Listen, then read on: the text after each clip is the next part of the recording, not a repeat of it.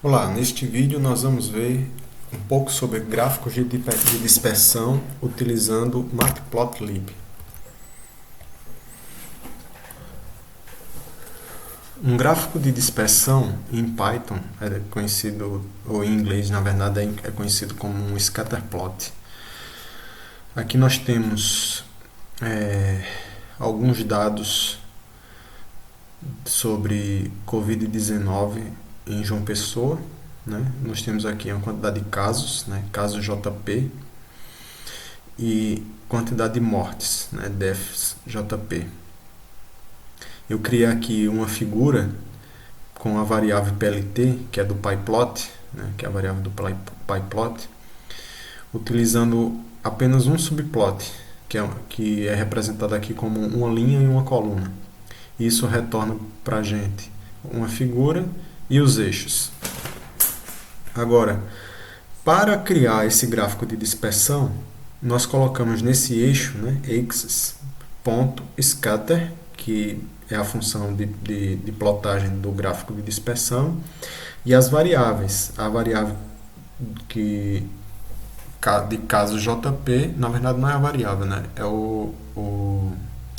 a variação do eixo X e a variação do eixo Y. O marcador que eu vou usar aqui é o círculo, aqui representado por essa bolinha, né?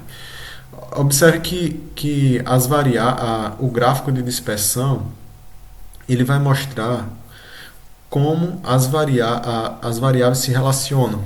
Observe que a quantidade de casos e a quantidade de mortes tem uma relação quase que linear, pelo menos nessa base de dados, né? Nessa base de dados de Covid-19 em João Pessoa. Tem uma relação linear, ou seja, quando a quantidade de casos por 100 mil habitantes aumenta, a quantidade de mortes também aumenta linearmente. Para atribuir um rótulo ao eixo X, nós utilizamos setXLabel e colocamos um string com esse rótulo. Para atribuir um rótulo ao eixo Y, setYLabel, para atribuir um rótulo, e a string, né, que tem esse conteúdo, e podemos também atribuir um título com setTitle, né, tá aqui. A função scatter é bastante similar à função plot, né, observe que ela tem x e y também, mas a principal diferença é que no scatter é possível controlar a edição de cada ponto individualmente. Nós vamos ver isso depois, tá? Então, o básico é esse aqui. A estrutura da função é muito parecida com a função plot que nós vimos no vídeo anterior, tá? Tem aqui eixo X, eixo Y, e a bolinha representa a relação entre o X e o Y. Mais sobre gráficos de dispersão. Então, aqui nesse gráfico de dispersão, nós vamos expressar uma terceira dimensão. Tá? Então, além das dimensões casos confirmados por 100 mil habitantes e mortes, nós vamos expressar uma terceira dimensão que vai estar representada no tamanho da bola, né, dessa bolinha. E uma quarta dimensão que vai estar representada pela cor, né? E aí, nas cores, nós vamos colocar a taxa de mortes, e nos tamanhos nós vamos colocar a informação sobre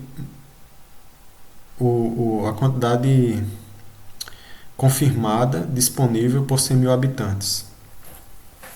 Então, continua aqui no eixo Y, quantidade de mortes, no eixo X, a quantidade de casos confirmados, a cor representa a taxa e os tamanhos é uma informação repetida, né, que já estava no eixo X, mas aqui é útil apenas para a gente verificar a possibilidade de ter numa mesma imagem 4 dimensões sendo representadas, né, por cor, por tamanho da bolinha, por eixo X e por eixo Y.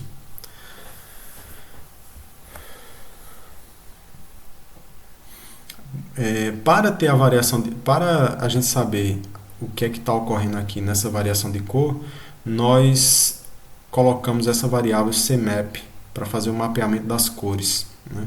E observe que esse CMap ele vem aqui nessa propriedade colobar da figura, né? Nós colocamos fig.colobar para gerar esse mapa de cores aqui, né? Para a gente saber o que aquela cor representa numericamente. A orientação, aqui está horizontal, está abaixo da figura, mas nós poderíamos ter também vertical, ela poderia ficar aqui do lado, por exemplo. E um label relativo a essa variação de cores, né? No caso, o label ou rótulo é a taxa de mortalidade, ou seja, essa variação de cores se refere à taxa de mortalidade. Aí o fig.show para exibir a figura.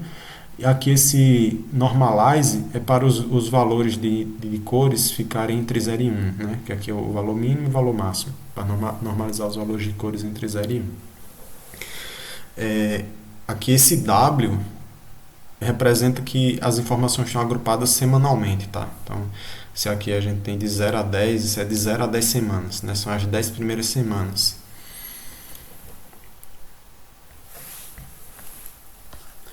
Nós podemos mudar os limites do gráfico. Observe que nesse gráfico aqui a gente tinha de 0 a 10. Eu posso trazer aqui esse eixo para ele representar também valores negativos, né? E essa mudança é feita usando o setXlim. Tá? Então eu coloquei para ele representar também até o menos 5. Né? Então vem do 0 até o menos 5. E nós podemos também atribuir rótulos a pontos, né? A pontos específicos. Então, por exemplo, nesse ponto menos 4, 20, então ó, menos 4 vai estar por aqui assim, no x menos 4, no y 20 a gente vai ter um texto iniciando, que é algum evento importante ocorreu aqui, ou seja, esse texto ele vai começar na posição de x menos 4, y 20. Então, x menos 4, y 20. Eu coloquei ele para começar aqui do negativo para o fim do texto terminar bem na palavra aqui, em cima dessa bolinha. Tá? Então, o aqui que a bolinha está se referindo, quer dizer, esse aqui está se referindo a essa bolinha. Por isso que eu tive que começar o texto de uma contagem negativa do eixo x. Então, essa é uma forma de marcar posições específicas na figura, né? O resto o resto é igual, né? Aqui em relação ao gráfico anterior. Nós podemos também anotar utilizando setas, né? Então nós colocamos um string que vai rotular a informação que nós queremos anotar, uma posição onde essa string começa, né? No caso aqui é 7,20, vamos ver, ó. 4, 5, 6, 7. Olha, a ponta da seta vai estar bem aqui, ó. 7, 20. 7, 20. Né? O XY é a ponta da seta. O XY do texto, então o texto começa em 1, ó, 1 x, 30, 30. Alguma edição para as setas, né? Arrow é seta. Então a seta vai ser da cor preta e vai ter um achatamento de 0,05. O resto é igual, né? Ao passo anterior. Aqui a novidade é só essa anotação usando uma seta para apontar para uma região específica do gráfico,